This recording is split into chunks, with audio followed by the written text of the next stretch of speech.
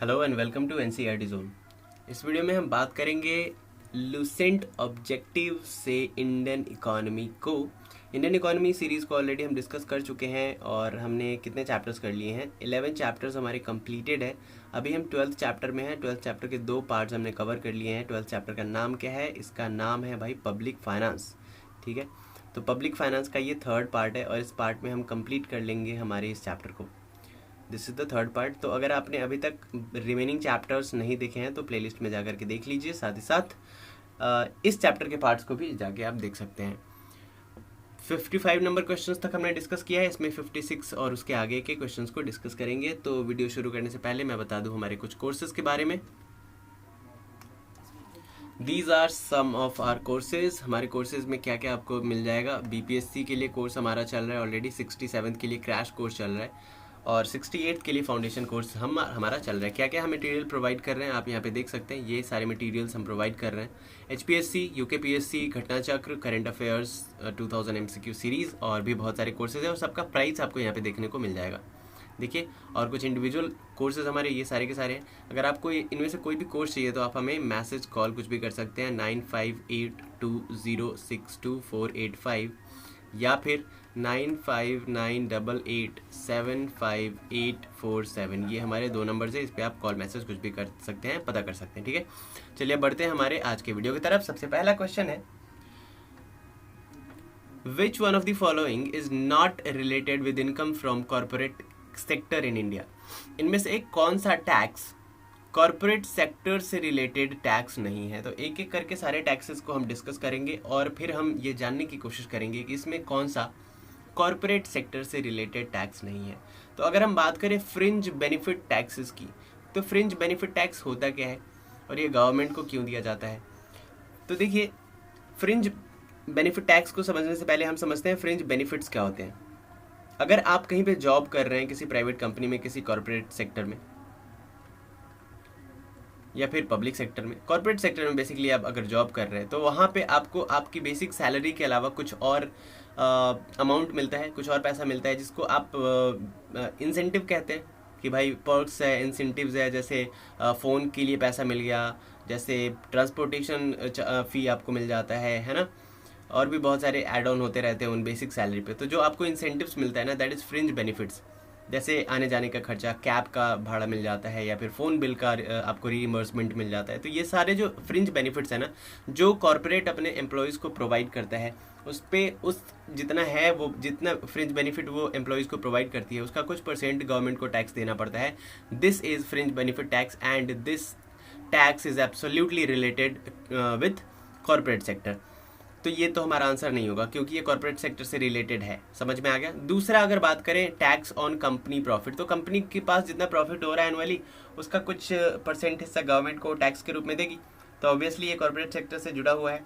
बात करें 3rd की, सी ऑप्शन की। सी ऑप्शन कह रहे हैं minimum alternative tax. What is minimum alternative tax? इसको मैट भी कह देते हैं कभी कभी हम शॉर्ट फॉर्म में, MAT, मिनिमम ऑल्टरनेटिव टैक्स। तो ये ऐसा टैक्स है, ऐसा प्रोविज़न है जो कि ये प्रोविज़न लगाया गया है कि जो एग्जेम्पशंस है ना, कंपनी अपने आप को एग्जेम्प्ट ना कर पाए, एग्जेम्प्ट ना कर पाए क्या, टैक्स देने से। मिनिमम कुछ सर्टेन परसेंट क्या कर दिया है कि फिक्स कर दिया गया है किसी भी कॉर्पोरेट को, किसी भी कंपनी को मिनिमम कुछ परसेंट हिस्सा टैक्स के रूप में गवर्नमेंट को देना ही देना है। उससे ऊपर फिर वो बाकी चीज़ें देखी जाएंगी कि मतलब मान लीजिए कि मैंने गवर्नमेंट ने ये कर दिया कि भाई 10% कम से कम ये टैक्स देना ही देना है कॉर्पोरेट सेक्टर को, और बाकी ऊपर बाकी क्राइटेरिया के हिसाब से ऊपर ये जाएगा, लेकिन मिनिमम 10% देना है। तो कोई भी कंपनी ये नहीं कह सकती कि मैं नहीं दूंगा, उसको 10% देना ही देना है। This is minimum alternative tax. समझ में आ गया। तो ये भी कॉर्पोरेट टैक्स से रिलेटेड है। अगर आप बात करें कैपिटल गेन्स टैक्स की, तो कैपिटल गेन क्या होता है? देखिए, जब कभी भी कोई ऑर्गेनाइजेशन अपना फिक्स्ड एसेट बेचता है, फिक्स्ड एसेट क्या हो सकता है? जैसे शेयर हो सकता है, जैसे रियल एस्टेट का कोई काम हो सकता है, जैसे बिल्डिंग हो सकता है, लैंड हो सकता है। These all are fixed asset. तो फिक्स्ड एसेट बेचने पे जो प्रॉफिट होता है ना, उसे कैपिटल गेन कहते हैं। तो कैपिटल गेन टैक्स है ना, ये कॉर्पोरेट से रिलेटेड नहीं है। बाकी ये तीनों के तीनों ऊपर वाले कॉर्पोरेट टैक्स से कॉर्पोरेट से रिलेटेड टैक्सेस थे। तो यहाँ पे हमारा आंसर क्या हो जाएगा, capital gains tax is not related with corporate sector. समझ में आ गया। चलिए बात करेंगे 57th क्वेश्चन की। 57th क्वेश्चन है, a larger part of the physical deficit in the union budget is filled by. देखिए जो फिजिकल डेफिसिट हो जाता है, गवर्नमेंट के जो एक्सपेंडिचर है वो एक्सीड कर जाते हैं रेवेन्यू से, दैट इज बजट डेफिसिट। और बजट डेफिसिट में क्या है, कैपिटल प्लस रेवेन्यू एक्सपेंडिचर जब एक्सीड कर जाता है रेवेन्यू एक्सपेंडिचर से, सॉरी रेवेन्यू से, आई मीन करंट रेवेन्यू से, तो इसे हम फिजिकल डेफिसिट कहते हैं। तो इस फासले को कम करने के लिए, ये जो माइनस में बैलेंस चला गया उसको पूरा करने के लिए क्या सबसे ज़्यादा हिस्सा हम यूज़ करते हैं, यूनियन बजट में क्या यूज़ किया जाता है, तो ये यूज़ किया जाता है डोमेस्टिक बोरोइंग को। डोमेस्टिक बोरोइंग क्या हो गया, यानी कि घरेलू लोन आप एक तरीके से कह सकते हैं कि देश में ही अलग अलग ऑर्गेनाइजेशन से, अलग अलग बैंक से गवर्नमेंट क्या करती है, पैसे लेती है, बोरो करती है और फिर उस डेफिसिट को पूरा करने की कोशिश करती है। तो ये वाला सही आंसर हो जाएगा बी ऑप्शन। नेक्स्ट है, which one of the following is not an VAT which of the following is not an objective of fiscal policy of Indian government। देखिए फिजिकल पॉलिसी क्या है और मॉनेटरी पॉलिसी क्या है, ये दोनों में अंतर है ना। इसको आप बिल्कुल ये नहीं करेंगे कि दोनों में कंफ्यूज नहीं हो जाएंगे। कभी कभी हम क्या करते हैं, दोनों को कंफ्यूजन में सेम मान लेते हैं, फिजिकल पॉलिसी को और मॉनेटरी पॉलिसी को। तो मॉनेटरी पॉलिसी आपको याद रखना है कि मॉनेटरी पॉलिसी आरबीआई तय करती है, पॉलिसी ये आरबीआई बनाती है। क्यों बनाती है, मार्केट के इन्फ्लेशन लेवल को बैलेंस करने के लिए, मार्केट में लिक्विडिटी जो है, कैश की लिक्विडिटी है, उसको बैलेंस करने के लिए मॉनेटरी पॉलिसीज क्या कौन बनाती है, आरबीआई। लेकिन फिजिकल पॉलिसी की बात करें तो ये गवर्नमेंट की पॉलिसी होती है, जिससे वो क्या करती है कि देश हित में जो खर्चे होंगे, कहाँ से भाई रेवेन्यू लाया जाएगा, किन किन सेक्टर्स पे खर्च किया जाएगा, इन पॉलिसीज को फिजिकल पॉलिसी कहते हैं। तो यहाँ से आपको पूछ रहा है कि इनमें से कौन ऑब्जेक्टिव नहीं है फिजिकल पॉलिसी का। फिजिकल पॉलिसी जो गवर्नमेंट बनाती है वो किस उद्देश्य से बनाती है, इसमें से कौन सा वो उद्देश्य नहीं है। ठीक है, क्वेश्चन समझ में आया। तो आंसर क्या हो जाएगा, अगर एक एक करके हम पढ़े तो फुल एम्प्लॉयमेंट प्रदान करने के लिए फिजिकल पॉलिसी बनाती है इंडियन गवर्नमेंट। तो बिल्कुल सही बात है, बिल्कुल सही बात है, क्यों नहीं। गवर्नमेंट फिजिकल पॉलिसी बनाती है ताकि लोगों को रोजगार प्रोवाइड कर सके, तो पहला तो सही है। दूसरा है प्राइस स्टेबिलिटी। प्राइस स्टेबिलिटी का मतलब क्या है कि अगर सबके पास, लोगों के पास लिक्विडिटी रहेगी, पैसा रहेगा, तो प्राइस स्टेबिलिटी बनी रहेगी, है ना। आई मीन हमारे पास पैसा रहेगा तो हम क्या कर पाएंगे, हम इंपोर्ट कर पाएंगे चीज़ों को। जैसे अभी अगर आप करंट से इसको रिलेट करने की कोशिश करें तो श्रीलंका जो कंट्री है ना, श्रीलंका, इसने क्या कर दिया है, इसने अपने देश में क्या कर दिया है, फूड इमरजेंसी डिक्लेयर कर दिया है। अच्छा, फूड इमरजेंसी क्यों डिक्लेयर कर दिया गया, क्योंकि यहाँ पे हुआ क्या, यहाँ पे जो श्रीलंका के पास जो फॉरेन एक्सचेंज है ना, फॉरेक्स क्या होता है, फॉरेन एक्सचेंज यानी कि विदेशी मुद्रा, ये बहुत कम हो गया था। तो विदेशी मुद्रा जैसे ही कम हुआ था, इसके वजह से ये क्या नहीं कर पा रही थी, ये इंपोर्ट नहीं कर पा रही थी खाने पीने का सामान दूसरे कंट्री से, जिसके वजह से इस देश में यानी कि श्रीलंका में खाने पीने के सामान की जो कीमत है ना, वो बहुत ज़्यादा बढ़ गई थी। तो प्राइस स्टेबिलिटी तो यहाँ पे खराब हो गई। तो जैसे ही खाने पीने के सामान का दाम बढ़ गया, तो वहाँ पे जिनके पास पैसा है वो खरीद सकता है, जिनके पास पैसा नहीं है वो भूखे मरेगा। तो ये वहाँ पे क्या, फूड इमरजेंसी डिक्लेयर कर दी गई। तो अगर इंडिया के साथ भी ये हालात ना हो, इसके लिए गवर्नमेंट फिजिकल पॉलिसी बनाती है ताकि प्राइस स्टेबिलिटी बनी रहे। समझ में आ गया। सी ऑप्शन है equitable distribution of wealth and income. लोग आई मीन फिजिकल पॉलिसी का ये भी उद्देश्य रहता है कि लोगों के बीच जो वेल्थ है, धन है और जो इनकम है वो इक्विटेबल रहे। इक्विटी और इक्वलिटी में अंतर होता है, इस बात को बिल्कुल गांठ बांध लीजिए। इक्विटी का मतलब है जिसको जितनी ज़रूरत है, और इक्वलिटी का मतलब है सबको बराबर बराबर। तो सबको बराबर बराबर नहीं बांट सकते इकॉनमी में, है ना। जैसे एक पर्सन ये है, समझिए कॉन्सेप्ट समझिए। एक पर्सन ये है और एक पर्सन ये है, ठीक है। अब यहाँ पे है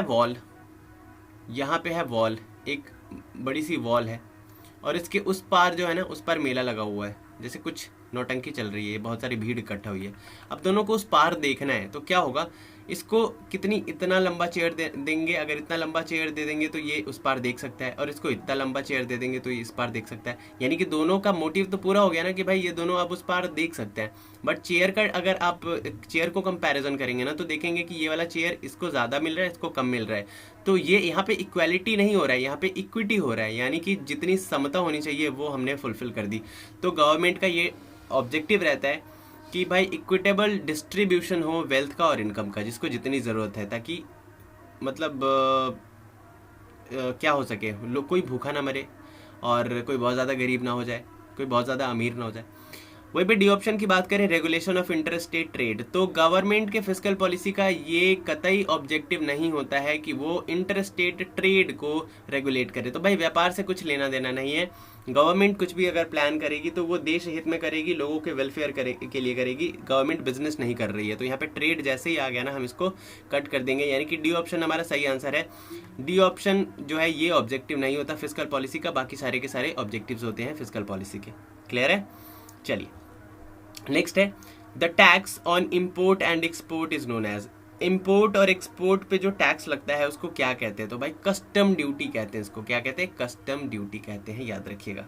नेक्स्ट है, वैट इज इम्पोज्ड। वैट कैसे लगाया जाता है? वैल्यू एडेड टैक्स बहुत ही अच्छे से हमने डिस्कस किया था पिछले वीडियो में। तो अगर आपने वो वीडियो नहीं देखा है तो क्या करेंगे, आप उसको देख लेंगे। तो वैट कैसे इम्पोज किया जाता है? तो देखिए, on all stages between production and final sale, यानी कि रॉ मटेरियल जो प्रोड्यूसर है, रॉ मटेरियल से लेकर के मैन्युफैक्चरर से लेकर के, होलसेलर से लेकर के, रिटेलर से लेकर के फाइनल कंज्यूमर तक पहुंचने के बीच में जितने हाथों से ये प्रोडक्ट गुजरता है वहाँ तक टैक्स थोड़ा थोड़ा ऐड होता जाता है। इसी को वैट कहते हैं। तो वैट का क्या हो जाएगा? सभी स्टेजेस पे लगता है, प्रोडक्शन से लेकर के फाइनल सेल तक। ये वाला ऑप्शन हो जाएगा। नेक्स्ट है, the extent of money transfer to the states out of shareable pool of tax collection according to the 12th finance commission has been fixed at. देखिए पुराना हो गया है तो इस क्वेश्चन को डिस्कस करने का कोई फायदा है नहीं, फिर भी हम थोड़ा देख लेते हैं अगर यहाँ पे क्वेश्चन दिया, क्योंकि अभी जो फाइनेंस कमीशन चल रहा है ना वो 15th फाइनेंस कमीशन अभी चल रहा है, जिसके जो चेयरमैन है वो NK सिंह है। तो ये याद रखिएगा, ये अभी NK सिंह है 15th फाइनेंस कमीशन के चेयरमैन। यहाँ पे क्वेश्चन हमसे ये पूछ रहा था कि 12th फाइनेंस कमीशन में क्या तय हुआ था। देखिए, शेयरेबल पूल ऑफ टैक्स क्या होता है? ऐसे टैक्सेस जिसमें सेंटर का भी हिस्सा होता है, सेंटर बोले तो सेंट्रल गवर्नमेंट का भी हिस्सा होता है और साथ ही साथ स्टेट गवर्नमेंट का भी हिस्सा होता है, यानी कि ये टैक्स शेयर किया जाता है। तो वो टैक्सेस जो दोनों में शेयर होने वाला है उसमें स्टेट को कितना हिस्सा जाएगा, तो वहाँ पे 12th कमीशन में ये 12th फाइनेंस कमीशन में ये डिसाइड किया गया था कि 30.5% स्टेट को देना है। तो ये क्वेश्चन ज़्यादा इंपॉर्टेंट है नहीं, बस यहाँ पे था तो हमने इसको डिस्कस कर लिया। ठीक है, नेक्स्ट है, with what subject is Raghuram Rajan committee connected. Raghuram Rajan हमारे पूर्व क्या है भाई, आरबीआई के गवर्नर भी है। तो इनकी एक कमेटी बनाई गई थी, इनको जिसकी अध्यक्षता इन्होंने की थी, लीड किया था रघुराम राजन जी ने। तो ये कमेटी किस चीज़ से रिलेटेड थी, किस लिए ये कमेटी बनाई गई थी? तो फाइनेंशियल सेक्टर्स के रिफॉर्म्स के लिए ये कमेटी बनाई गई थी, इसको याद रखेंगे। नेक्स्ट है 63, if interest payments are subtracted from gross fiscal deficit the residuary will be. जब ग्रॉस फिस्कल डेफिसिट में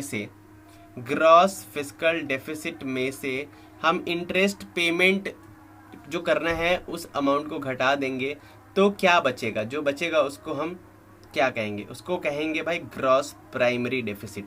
तो ग्रॉस फिस्कल डेफिसिट में से जब इंटरेस्ट पेमेंट घटा देंगे तो ग्रॉस प्राइमरी डेफिसिट बचेगा, इसको याद रखेंगे। नेक्स्ट है, as compared to revenue deficit fiscal deficit will always remain. जब कंपेयर किया जाए रेवेन्यू डेफिसिट में और फिस्कल डेफिसिट में तो फिस्कल डेफिसिट हमेशा क्या रहेगा? तो हमेशा हायर रहेगा फिस्कल डेफिसिट। रेवेन्यू डेफिसिट से हमेशा ज़्यादा रहेगा क्या? Fiscal deficit. ठीक है, नेक्स्ट है, who had suggested N imposition of expenditure tax in India for first time. अच्छा, ये क्वेश्चन डिस्कस करने से पहले ना इसको थोड़ा मैं एग्जांपल के थ्रू समझा देता हूँ। मुझे लग रहा है मैं जल्दी जल्दी भाग रहा हूँ, आपको शायद समझ में ना आए। तो ये क्वेश्चन क्या कह रहा था कि किस तरीके से रेवेन्यू डेफिसिट से हमेशा बड़ा रहेगा फिजिकल डेफिसिट। देखिए फिजिकल डेफिसिट में क्या क्या चीज़ें रहती है। फिजिकल डेफिसिट डिफरेंस होता है टोटल रेवेन्यू का और टोटल एक्सपेंडिचर का, ये तो हमें पता है। टोटल रेवेन्यू यानी कि उसमें कैपिटल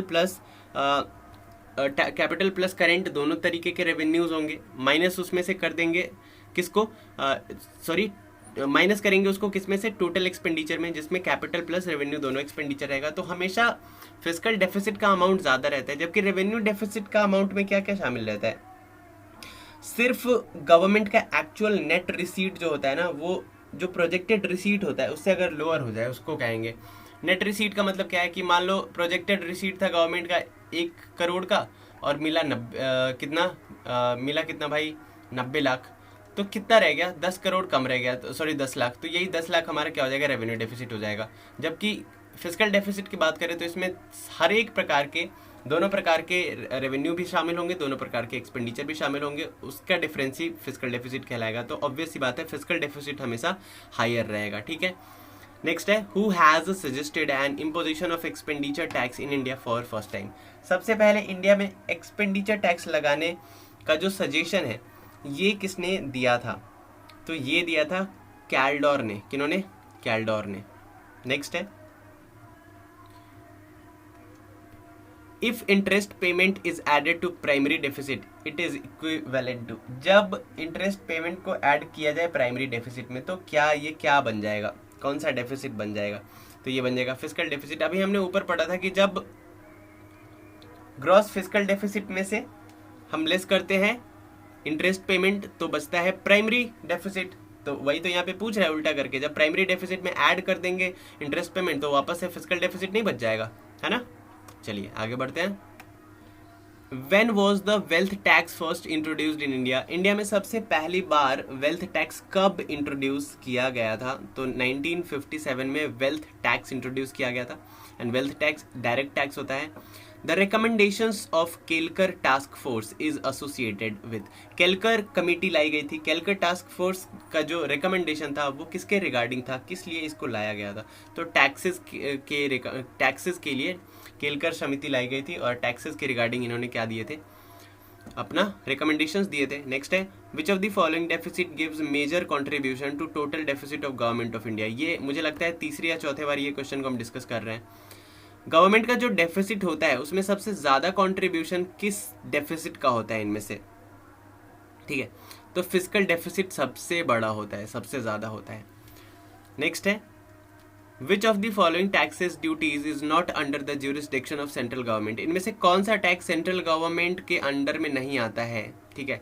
तो अगर हम बात करें 17 की तो लैंड रेवेन्यू होता है ना, ये स्टेट का मसला होता है, स्टेट लगाती है, इम्पोज करती है लैंड रेवेन्यू टैक्स। बाकी पर्सनल इनकम टैक्स हो गया या कस्टम ड्यूटीज हो गया या कॉर्पोरेट इनकम टैक्स हो गया, ये सब सेंट्रल गवर्नमेंट के हिस्से में आता है और सेंट्रल गवर्नमेंट ही इसको कलेक्ट करती है। जबकि लैंड रेवेन्यू कौन कलेक्ट करता है भाई, स्टेट गवर्नमेंट। तो हमारा आंसर क्या हो जाएगा, ए ऑप्शन। नेक्स्ट है match list 1 with list 2। List 1 में टर्म दिए गए हैं और लिस्ट 2 में एक्सप्लेनेशन दिया गया है। फिजिकल डेफिसिट किसे कहते हैं, बजटरी डेफिसिट किसे कहते हैं, रेवेन्यू डेफिसिट किसे कहते हैं, प्राइमरी डेफिसिट किसे कहते हैं। तो भाई देख लेते हैं फिजिकल डेफिसिट किसे कहते हैं। देखिए फिजिकल डेफिसिट के सामने पढ़ते हैं excess of total expenditure over total receipt less borrowing. तो ये फिजिकल डेफिसिट इसको कहते हैं कि हाँ कहते हैं, ये तो पूरा मैच कर रहा है, तो ये तो इसी का हो जाएगा, सही है, हमें उसको कुछ और करने की जरूरत ही नहीं है। Budget deficit excess of total expenditure over total receipt, ये भी सही है। गवर्नमेंट का जो टोटल एक्सपेंडिचर जब एक्सीड कर जाता है टोटल रिसीट से तो उसे कहते हैं बजट डेफिसिट। रेवेन्यू डेफिसिट किसे कहते हैं, excess of revenue expenditure over revenue receipt, ये भी बिल्कुल सही है। और प्राइमरी डेफिसिट जब हम फिजिकल डेफिसिट में से क्या माइनस कर देंगे भाई, इंटरेस्ट पेमेंट, तो हमारा प्राइमरी डेफिसिट बचेगा। तो excess of total expenditure over total receipt less borrowings and interest payment, तो ये भी सही है। यानी कि 1 2 3 4 ए ऑप्शन सही आंसर है हमारा, कुछ और करने की जरूरत ही नहीं पड़ी, बिल्कुल आमने सामने दिया हुआ था। नेक्स्ट है कंसीडर द फॉलोइंग टैक्सेस। इनको देखिए, corporation tax, wealth tax, custom duty, excise duty. इसमें पूछ रहा है कि विच ऑफ दीज इज या आर इनडायरेक्ट टैक्सेस। इनमें से कौन इनडायरेक्ट टैक्स है, तो कॉर्पोरेशन टैक्स की बात करें तो ये तो भाई क्या है, ये डायरेक्ट टैक्स है, वेल्थ भी डायरेक्ट टैक्स है और एक्साइज ड्यूटी भी डायरेक्ट टैक्स है। जबकि कस्टम ड्यूटी की बात करें ना, custom, VAT VAT VAT VAT, ये एक्साइज ड्यूटी क्या है? डायरेक्ट टैक्स नहीं है, ये क्या है? ये इनडायरेक्ट टैक्स है। और कस्टम ड्यूटी ये भी इनडायरेक्ट टैक्स है, दोनों इनडायरेक्ट टैक्स है। जबकि corporation tax and wealth tax ये दोनों डायरेक्ट टैक्सेस है। तो 2 और 4 क्या है? इनडायरेक्ट टैक्सेस है। तो आंसर हमारा बी ऑप्शन हो जाएगा। नेक्स्ट है, which of the following committees examined and suggested financial sector reforms? इनमें से किस कमिटी ने एग्जामिन किया था और सजेस्ट किया था फाइनेंशियल सेक्टर रिफॉर्म्स के बारे में? तो चिल्लैया कमेटी ने क्या किया था? रिकमेंड किया था, सजेस्ट किया था फाइनेंशियल सेक्टर रिफॉर्म्स में। The Kelkar proposal, Kelkar committee हमने पिछले वीडियो में पढ़ा था, जीएसटी के लिए इन्होंने ही रिकमेंडेशन दिए थे। Kelkar proposals which were in the news recently were the, किस लिए केलकर कमेटी, केलकर प्रपोजल क्या था, किस लिए इन्होंने वो किया था, क्या क्या रिकमेंडेशंस या सजेशंस इन्होंने दिए थे? तो बात करें ना, टैक्स रिफॉर्म्स के बारे में इन्होंने किया था, recommendation for tax reforms. Next है, consider the following statement, in India stamps duties on financial transactions are, India में स्टाम्प ड्यूटी जो लगता है फाइनेंशियल ट्रांजेक्शंस पे, levied and collected by state government, किसके द्वारा लगाया जाता है और वसूला जाता है? तो नहीं, ऐसा बिल्कुल नहीं है। अप्रोप्रिएटेड बाय यूनियन गवर्नमेंट, तो हाँ, यूनियन गवर्नमेंट के द्वारा इसका किया जाता है, जो भी करना होता है लेवी और कलेक्ट किया जाता है। नेक्स्ट है, चलिए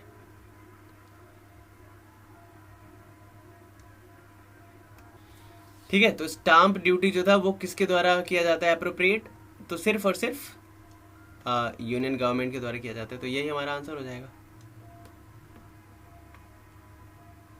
मैं पेन थोड़ा सा थिक कर लेता हूँ।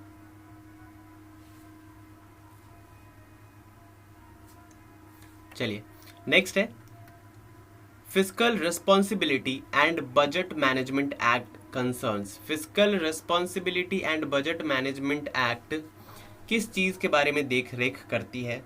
ठीक है, तो ये करती है बोथ फिस्कल डेफिसिट और रेवेन्यू डेफिसिट। फिस्कल डेफिसिट और रेवेन्यू डेफिसिट दोनों के साथ ताल्लुकात, कंसर्न रखती है ये fiscal responsibility and budget management act.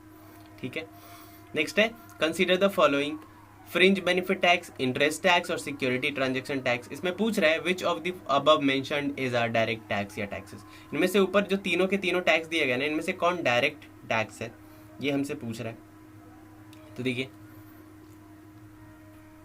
Fringe benefit tax ये भी डायरेक्ट टैक्स है। और फ्रिंज बेनिफिट टैक्स होता क्या है, मैंने बताया था कि जो एम्प्लॉयज़ को मिलता है बेनिफिट एक्स्ट्रा, उस पर टैक्स देना पड़ता है। इंटरेस्ट टैक्स ये भी डायरेक्ट टैक्स है, और सिक्योरिटीज ट्रांजैक्शन टैक्स ये भी डायरेक्ट टैक्स है। यानी कि तीनों की तीनों डायरेक्ट टैक्सेस हैं, मतलब बीच में कोई भी इन्वॉल्व नहीं रहता है, डायरेक्ट हमें गवर्नमेंट को पे करना होता है। तो 1, 2 एंड 3 ये सारे के सारे डायरेक्ट टैक्सेस हैं। नेक्स्ट है, which one of the following is not a feature of value added tax. इनमें से वैट का कौन एक फीचर नहीं है? It is a multi point destination based system of taxation. पहला तो ये कह रहा है कि मल्टी पॉइंट का मतलब क्या हो गया? मल्टी पॉइंट का मतलब ये हो गया कि जैसे हमने बोला था ना कि रॉ मटेरियल से लेकर के फाइनल कंज्यूम होने तक जो मतलब हर स्टेज पे टैक्स लगता है, तो multi point destination based system of taxation है। तो ये तो मुझे लग रहा है सही है। दूसरा अगर ऑप्शन पढ़े तो कह रहा है कि it is a tax levy on VAT. इसमें पूछ क्या रहा था, ट्रू या फॉल्स पूछ रहा था? वेट अ सेकेंड, हाँ, नॉट अ फीचर पूछ रहा था ना। ठीक है, तो पहला तो सही है। दूसरा है कि it is a tax levied on value addition at each stage of transaction in the production distribution of change. तो हमें पता है कि पहले रॉ मटेरियल प्रोवाइडर मैन्युफैक्चरर को बेचेगा तो कुछ टैक्स ऐड करेगा, फिर मैन्युफैक्चरर होलसेलर को बेचेगा तो कुछ टैक्स ऐड करेगा, होलसेलर रिटेलर को बेचेगा तो कुछ टैक्स ऐड करेगा, और फाइनली कंज्यूमर के पास वो पहुंचेगा प्रोडक्ट, और सारा का सारा जो बर्डन था ना टैक्स का वो किस पे ट्रांसफर हो जाएगा? कंज्यूमर पे। तो हर स्टेज में कुछ ना कुछ टैक्स इस पे ऐड हो रहा है, वैल्यू एडिशन हो रही है, तभी तो उसका नाम वैट है। तो बी भी सही है। सी ऑप्शन है, it is a tax on the final consumption of good और services and must ultimately be borne by the consumer. तो अभी तो मैंने बताया कि फाइनली जो ये टैक्स बर्डन जो पड़ता है किस पे पड़ता है? कंज्यूमर पे। तो ये भी बिल्कुल सही है। डी ऑप्शन की बात करें तो कह रहे हैं it is basically a subject of the central government and the state government are only a facilitator for its successful implementation. कह रहे हैं कि सिर्फ और सिर्फ सेंट्रल गवर्नमेंट का सब्जेक्ट है और जो स्टेट गवर्नमेंट है ना सिर्फ एक फैसिलिटेटर की तरह काम करती है इसके इम्प्लीमेंटेशन में। तो ये गलत है। जो वैट है ना ये थोड़ा बहुत हिस्सा किसको जाता है भाई, स्टेट गवर्नमेंट को भी जाता है। तो ऐसा कुछ नहीं है, सिर्फ फैसिलिटेटर होता है, शेयर भी करता है। तो ये वाला ऑप्शन गलत है और यही हमारा आंसर हो जाएगा। नेक्स्ट है which of the following is are among the noticeable feature of the recommendations of the 13th finance commission. 13th finance commission जो लाया गया था उसके क्या रिकमेंडेशंस थे, नोटिसेबल फीचर्स क्या क्या थे, ये हमें बताना है। तो देखिए पहला कह रहे हैं, पहला statement a design for the goods and services tax. जो जीएसटी है ना इसके लिए थोड़ा बहुत डिज़ाइन इसने पेश कर दिया था 13th फाइनेंस कमीशन ने। And a composition of package linked to adherence to the propose design. Second option कह रहा है कि a design for creation of lakhs of jobs in the next 10 years in consonance with India's demographic dividend. कह रहे हैं कि आने वाले 10 सालों के लिए लाखों जॉब का एक खाका तैयार कर दिया था इस कमीशन ने। तो ऐसा नहीं है, बिल्कुल नहीं है। जीएसटी के लिए बात इसमें हुई थी, पहला तो सही है, दूसरा गलत है। तीसरा कह रहा है devolution of a specified share of central taxes to local bodies as grant. कह रहे कि जो सेंट्रल गवर्नमेंट को टैक्सेस मिलते हैं ना उसका कुछ हिस्सा लोकल बॉडीज को ग्रांट के तौर पे दिया जाने का इसने क्या किया था, घोषणा की थी। तो ये भी नहीं किया था इसने, यानी कि 2 और 3 गलत है। तो सही क्या है, सिर्फ पहला सही है, यानी कि ए ऑप्शन सही आंसर है। तो यहाँ पे आके हमारा फाइनेंस जो चैप्टर था ये पब्लिक फाइनेंस ये होता है कंप्लीट। उम्मीद करता हूँ वीडियो आपको पसंद आई है तो क्या करेंगे, लाइक करेंगे, कमेंट करके बताएंगे, शेयर करेंगे और चैनल पे नए हैं तो क्या करेंगे, सब्सक्राइब करेंगे। बाकी कोर्सेज के बारे में मैंने आपको बता दिया, कोई भी कोर्स चाहिए तो आप हमें फ़ोन या मैसेज कर सकते हैं और पता कर सकते हैं।